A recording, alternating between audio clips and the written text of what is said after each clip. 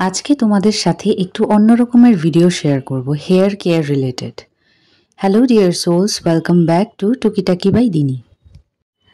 আমার হেয়ারের অবস্থা দেখতেই পেলে কি খারাপ হয়ে আছে। শীতকালে মাথা ধোয়াটা অনেক ডিফিকাল্ট। যাই হোক, রেখে দিলে তো হবে না বলো। আজকে ছিল হেয়ার স্পা ডে, তো আগের দিন মাথায় একটু তেল দিয়েছিলাম। তেলটার মধ্যে ছিল মেথি, 2টো লবঙ্গ, হাফ আমলকির রস, 2টো ভিটামিন ই ক্যাপসুল ও নারকেল তেল। তেলটা মাথায় অ্যাপ্লাই করার আগে 30 সেকেন্ডের জন্য মাইক্রোওয়েভে গরম করে নিয়েছিলাম। একটু ঠান্ডা হওয়ার পর মাথায় অ্যাপ্লাই করে নিয়েছিলাম। স্নানের সময় মাথায় ভালো করে শ্যাম্পু ইউজ করেছিলাম। শ্যাম্পুটাকে আমি অলওয়েজ জলে একটু ডাইলিউট করে দেন ইউজ করি। হেয়ার স্পা করার আগে কন্ডিশনার অ্যাপ্লাই করার দরকার হয় না। হেয়ার যখন কিছুটা শুকিয়ে যাবে তখন আমি তৈরি করে রাখা হেয়ার স্পা ক্রিমটা অ্যাপ্লাই করলাম। তার আগে হেয়ারটাকে ভালো করে আঁচড়ে নিলাম। আমি অনেক বছর ধরেই কাঠের চিরুনি ইউজ করছি। হেয়ার স্পা ক্রিমটাতে আমি সোয়ারসকফের হেয়ার স্পা ক্রিম, হিমালয়ার প্রোটিন হেয়ার ক্রিম আর 2টো ভিটামিন ই ক্যাপসুল অ্যাড করেছি। আমি টক দইও অ্যাড করি এতে, বাট আজকে ছিল না বলে আর অ্যাড করতে পারিনি। ক্রিমটাকে নিয়ে এভাবে হেয়ার সেকশন করে করে অ্যাপ্লাই করে নিতে হবে, যাতে চুলের গোড়ায় গোড়ায় খুব ভালোভাবে ক্রিমটা অ্যাপ্লাই করা যায় এবং চুলগুলোতেও খুব ভালোভাবে অ্যাপ্লাই হয়।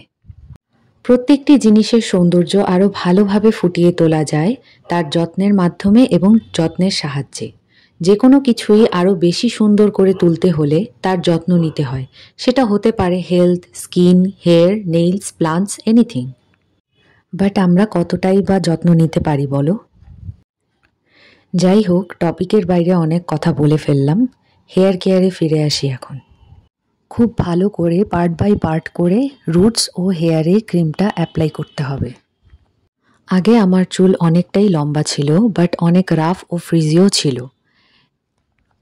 ট্রেসিমি কেরাটিন স্মুথ শ্যাম্পুটা অ্যাপ্লাই করার পর থেকে আমার চুল অনেকটাই স্ট্রেট অ্যান্ড সিল্কি হয়েছে, যেরকমটা আমি আগে চেয়েছিলাম। আমি যতটুকু জানি হেয়ার স্পায়ের জন্য ইম্পর্ট্যান্ট পার্ট হচ্ছে হেয়ার ম্যাসাজ। খুব ভালো করে হেয়ার ম্যাসাজ করে নিলাম। ম্যাসাজের পর অনেকেই স্টিম নেয় বা একটা টাওয়েলকে উষ্ণ গরম জলে ভিজিয়ে মাথায় র্যাপ করে দেয়, বাট আমি এখনও পর্যন্ত কোনোটিই করিনি। আমি 1 থেকে 1.5 ঘন্টা পর হেয়ারটা ওয়াশ করে নিয়েছি।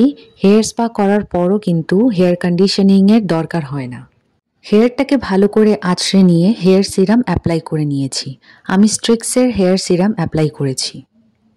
আমি শুধু হেয়ারের মিডল পার্ট থেকে হেয়ার টিপ অবধি হেয়ার সিরামটা অ্যাপ্লাই করেছি, রুটসে অ্যাপ্লাই করি না। এই যে আফটার রেজাল্ট। এই টাইপের ভিডিও তোমাদের কেমন লাগলো অবশ্যই জানিও।